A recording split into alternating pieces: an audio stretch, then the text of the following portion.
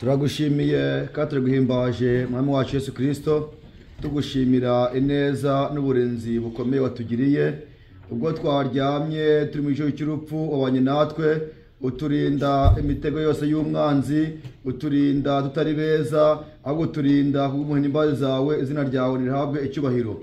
Waduseme inyota rero yo kongera kuza imbere yawe, kuko Dawidi we aravuga ati iyo numvishe kujya mu nzu y'Uwiteka ndishima, kuko kuba mu nzu y'Uwiteka isaha imwe bindutira kuba hanze imyaka ibihumbi. Mwami ko turishimye ko turanezerewe kuko twaje imbere yawe. Imbere yawe hari byose, imbere yawe hari ibyo kurya, imbere yawe Mwami Yesu Kristo uhageze ababaye ahava yishimye, uhageze ashonje ahava haze, imbere yawe uhageze afite ibibazo bitandukanye ahava ashubijwe. Mwemera Mwami dusubizwe nawe, igitondo cyo muri minsi 7 igitondo cy'umugisha. Abana batoya tuje imbere yawe, iri shuri rito ry'abana bato ndakuze Mwami kugira ngo ribe iry'umugisha, uze urigenderere Mwami Yesu Kristo udushoboze, maze imirimo yose irakorerwa hano yabegwe nawe. Tugushimiye ibice bitambutse byose, abakoze mu biko bwabo bagatanga amaturo bareze umugisha, abakuririmbiye bareze umugisha. Komeza bari natwe n'igice cy'ijambo nacyo turakikwereje kugira ngo uze ukifatire ukiyobore, aborakoresha ubakomeze kandi bareze umugisha. Twese Mwami nitwumva uduteze intambwe muri urugendo, tubyambaye twinginze kandi twizeye kubikora byose ni mu izina ry'Umwami wacu Yesu Kristo. Amen. Amen. Mugerwe n'amagambo y'Imana.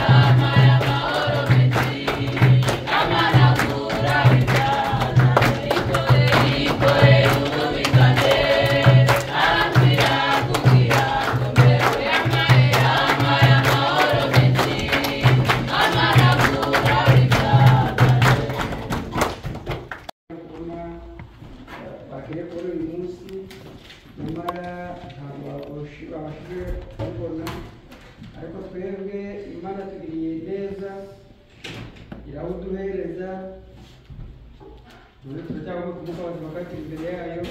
Imana yabikoze nabwo icyubahiro izina ry'Umwami Yesu Kristo. Kubwo kwihutisha gahunda rero, duhaguruke tujye Abaroma ibice 12, Abaroma ibice 12, turasoma ku murongo 12, turasoma ku murongo wa 9, tugere hepfo ku murongo wa 18. Dusoze uzajya mu Kristo. Urukundo rwanyu rwo kugira uburyarya, mwange ibibi urunuka, muhorane ibyiza. Kubyo gukunda bene data, mukundane rwose. Kubw'icyubahiro umuntu wese ashyira imbere mugenzi we. Kubw'umwete ntimube ibyango, muhirimbane mu mitima, mukorere umwami wacu. Mwishime mufite ibyiringiro, mwihanganira amakuba, mukomeze gusenga mushikamye. Mugabanye abera uko bakennye, mushishikarire gucumbikira abashyitsi. Ababarenganya mubasabire umugisha,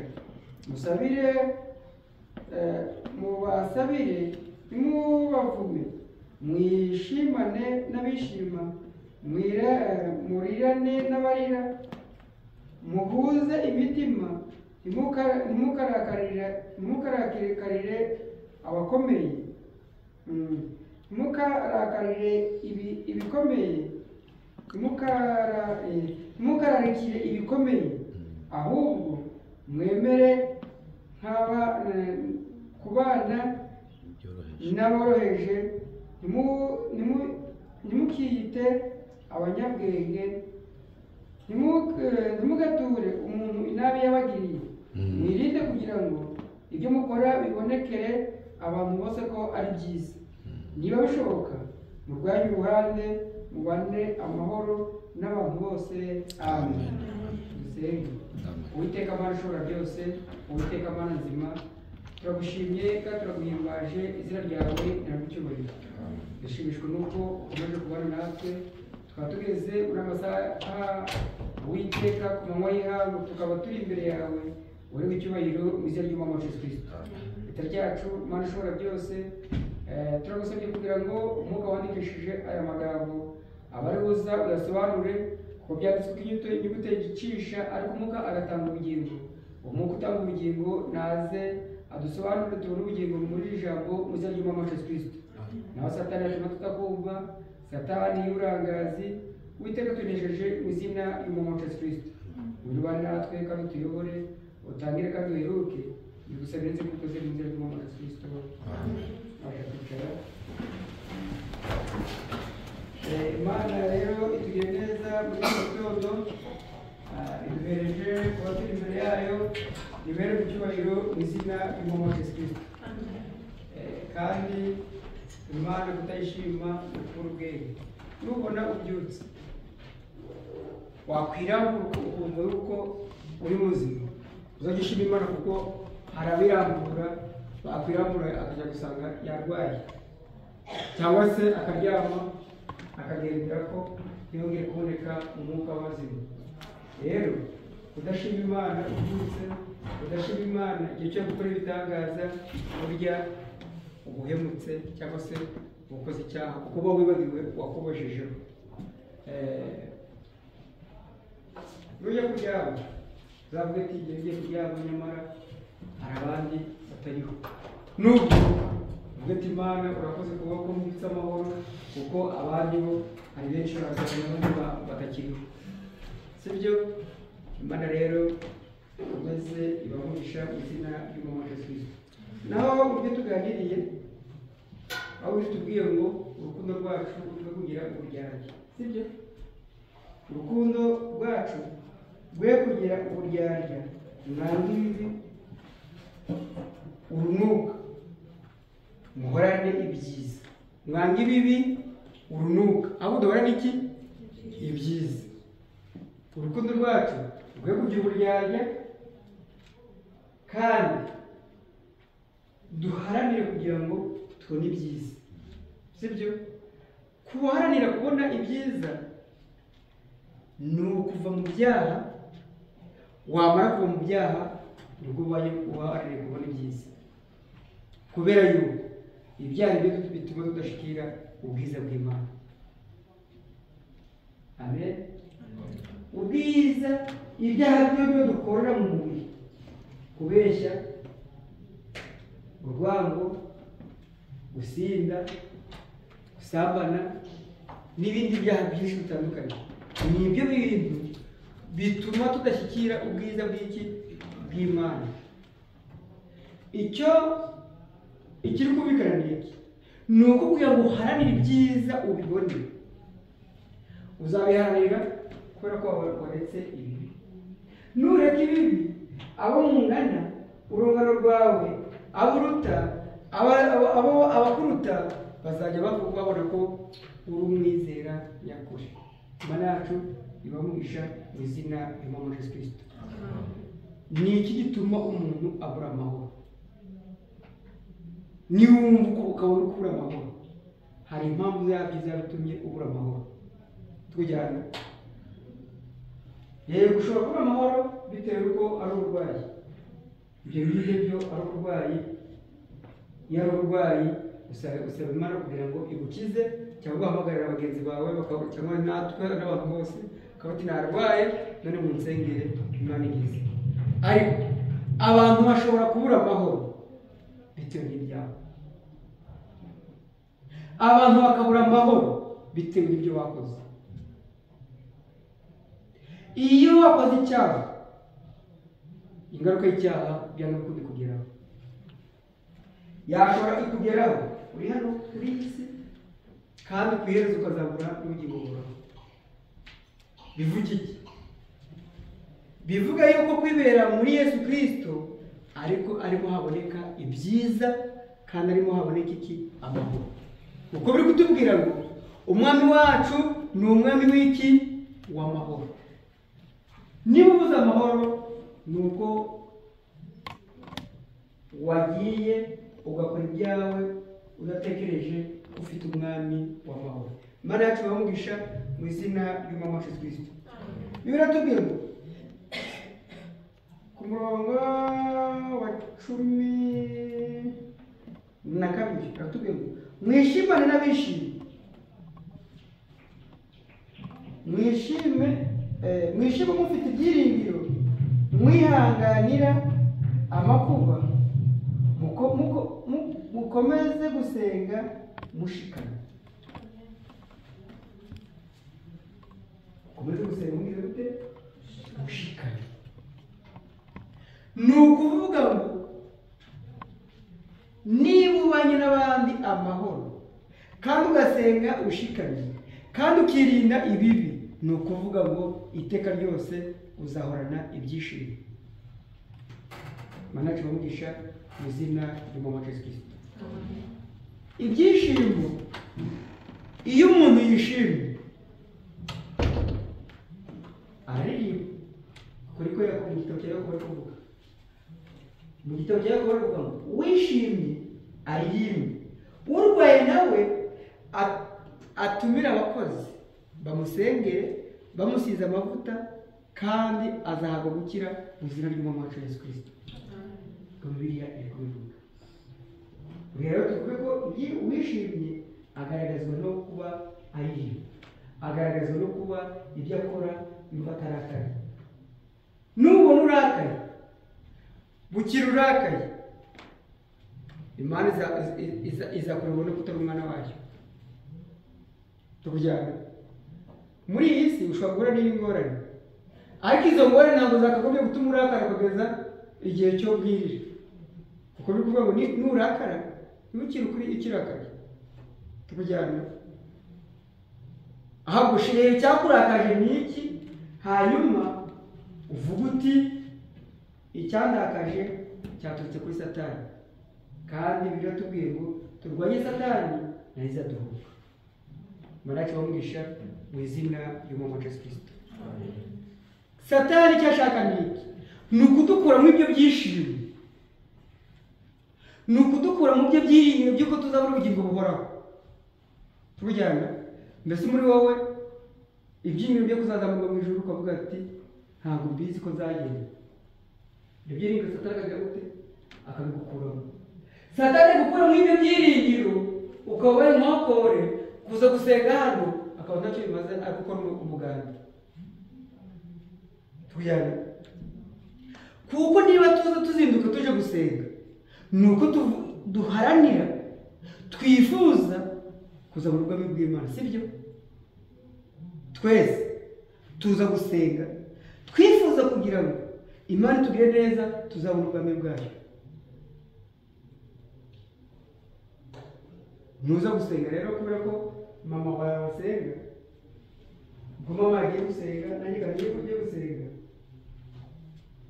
gusa bigahereraho ntacyo byamara. Ahubwo ujye kunajya gusenga kuko icyo ari guharanira nicyo nawe uri kugira gute? Uri guharanira. Icyo uri gushaka nicyo nawe uri kugira gute? Cyari gushaka. Twese ibyo dushaka ni ukuzabona ubugingo buhoraho. Twese ibyo dushaka ni ukuzabona turi mu bwami bw'Imana twicaye mu buryo bw'umwami wacu Yesu Kristo, turi mu munezero udashira, kuko muri iyi si ho ntabwo umunezero uhoraho. Maze nabwira gute? Kubera iki? Kubera ko twambaye umubiri turwara, kubera ko dupfusha, kubera yuko dukora ibintu byinshi muri uyu mubiri wo nta mahoro asesuye ahari. Ahubwo uzagira amahoro asesuye ni uwisunga ijambo ry'Imana. Imana tubamugisha mu izina ry'umwami Yesu Kristo. Iyo tuvuze urukundo tuvuga iki? Bibiri ko tuvuga ngo rwanye uruhande mubana iki? Mubane mu mahoro. Diembe, Shalome, abagabo bose, ahafiye n'abandi, mwese tubane muki? Mu mahoro. Ikintu cyitwa amahoro gituma muba umwe muri Kristo. Uzasanga ari piramide ihari muri asambwe, ariko hejuru avuge ngo urukundo cyangwa se amor cyangwa se love, sinzi ko nibwo ntihari mu Cyongereza, sibyo? Ni ukuvuga ngo ikintu cyose cyo muri iyi si cyakunezeza ni uko wagira urukundo, ugakunda mugenzi wawe nk'uko wikunda, nk'uko bitubwira, ugakunda bene data nk'uko bitubwira, asigaye ukagira umwete wo kuba imbere y'Imana. Kuko Yakobo ari kuvuga ngo narishimaga, wabyumvise, iyo nabona amarembo y'urusengero akinguye, nkabona urugi rw'urusengero rukinguye, ndi kujya kwinjiramo, umutima wanjye warishimaga. Kuko Dawidi bari kuvuga tubujyana, narishimaga nkishima ko amarembo y'urusengero agize gute? Akinguye. Yankunda Dawidi kuko yari umuririmbyi cyane. Dawidi yararimbaga agacuranga akajya mu mwuka tubujyana. Iyo unezerewe nicyo ni ikintu kikubaho. Umva muri wowe ariko uturimo tw'Imana, umva muri wowe ukunda mugenzi wawe, umva muri wowe kumunezerewe tubujyana, umva muri wowe wumva uri free. Ariko se uzaba free ryari? Ni icyo waretse byawe. Mbese igihe cy'uzumva unezerewe ukumva muri wowe harimo urukundo, umuntu wese azatambuka kubona, abona yuko utagize gute? Unezerewe. Ntarakunda nakubona avuga ati wowe njya mbona nkabona wigiye umeze neza. Kubera iki? Hari abashaka kuba nk'abo bakabibona.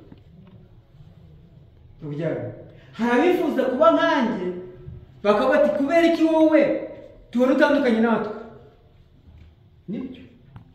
Kuko ibyiringiro afite si byo byiringiro ufite, ukwizera afite siko nanjye mfite. Kuko jyewe nizeye yuko umwami wacu naza nzabona ubugingo buhoraho, ariko ntabyo azi. Icyo azi ni uko arya akanywa akabona burije akabona burakeye akagarukiraho. tujyana. Ariko Imana yacu ni nziza kuko irinda abizera ikarinda n'abatizera.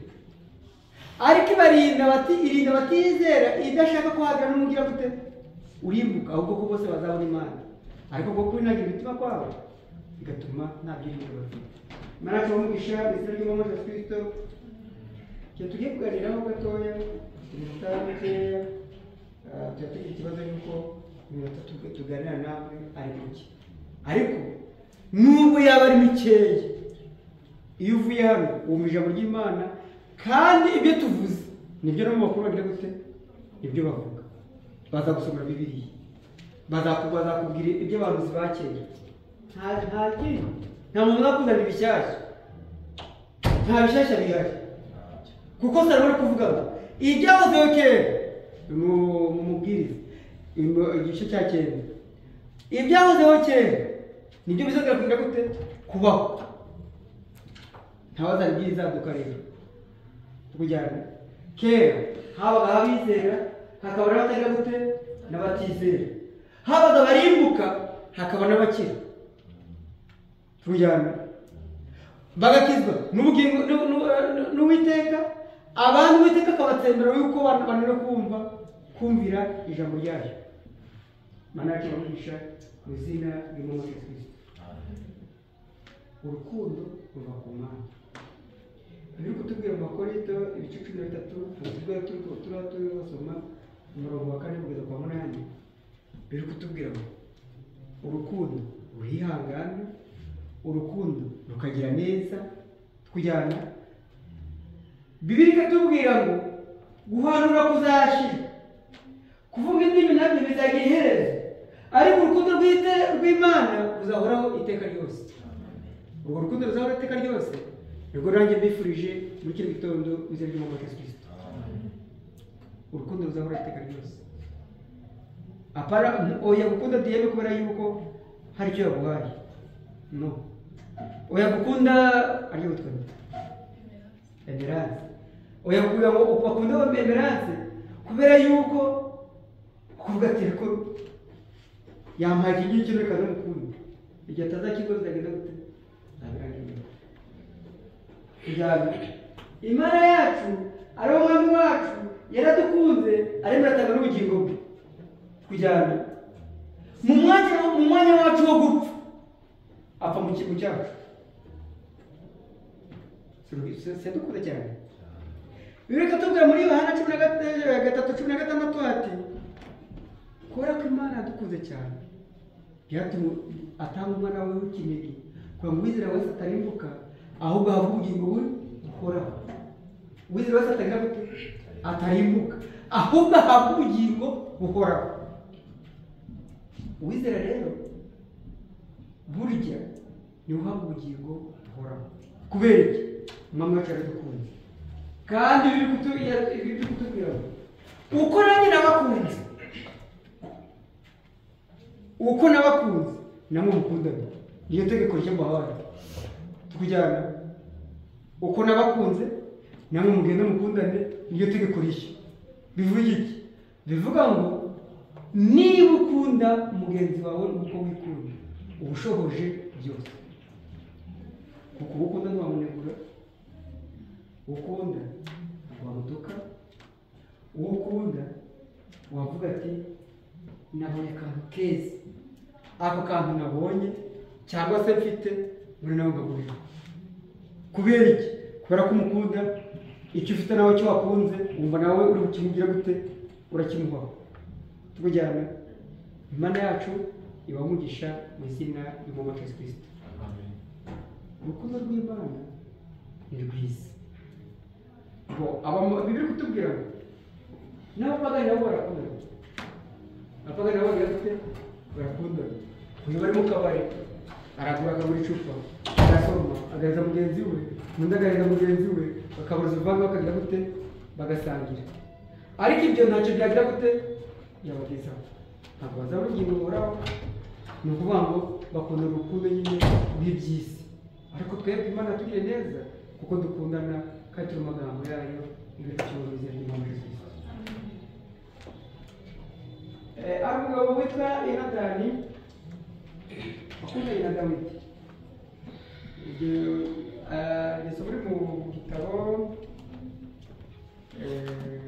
cyaba ngira ngo 18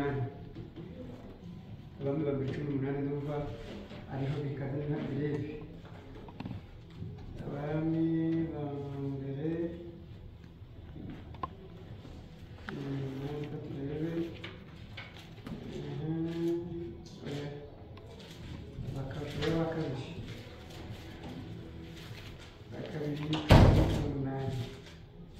ari kutubwira urukundo rwa Yonatani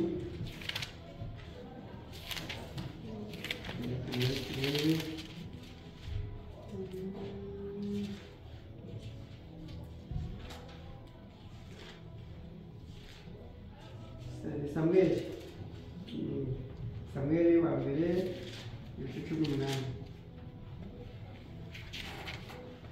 ari kutubwira nuko Dawidi amaze kuvugana na Sawuli umutima wa Yonatani wera ko ubagati kimuberanye n'uwa Dawidi kandi Yonatani akamukunda nk'uko yikunda.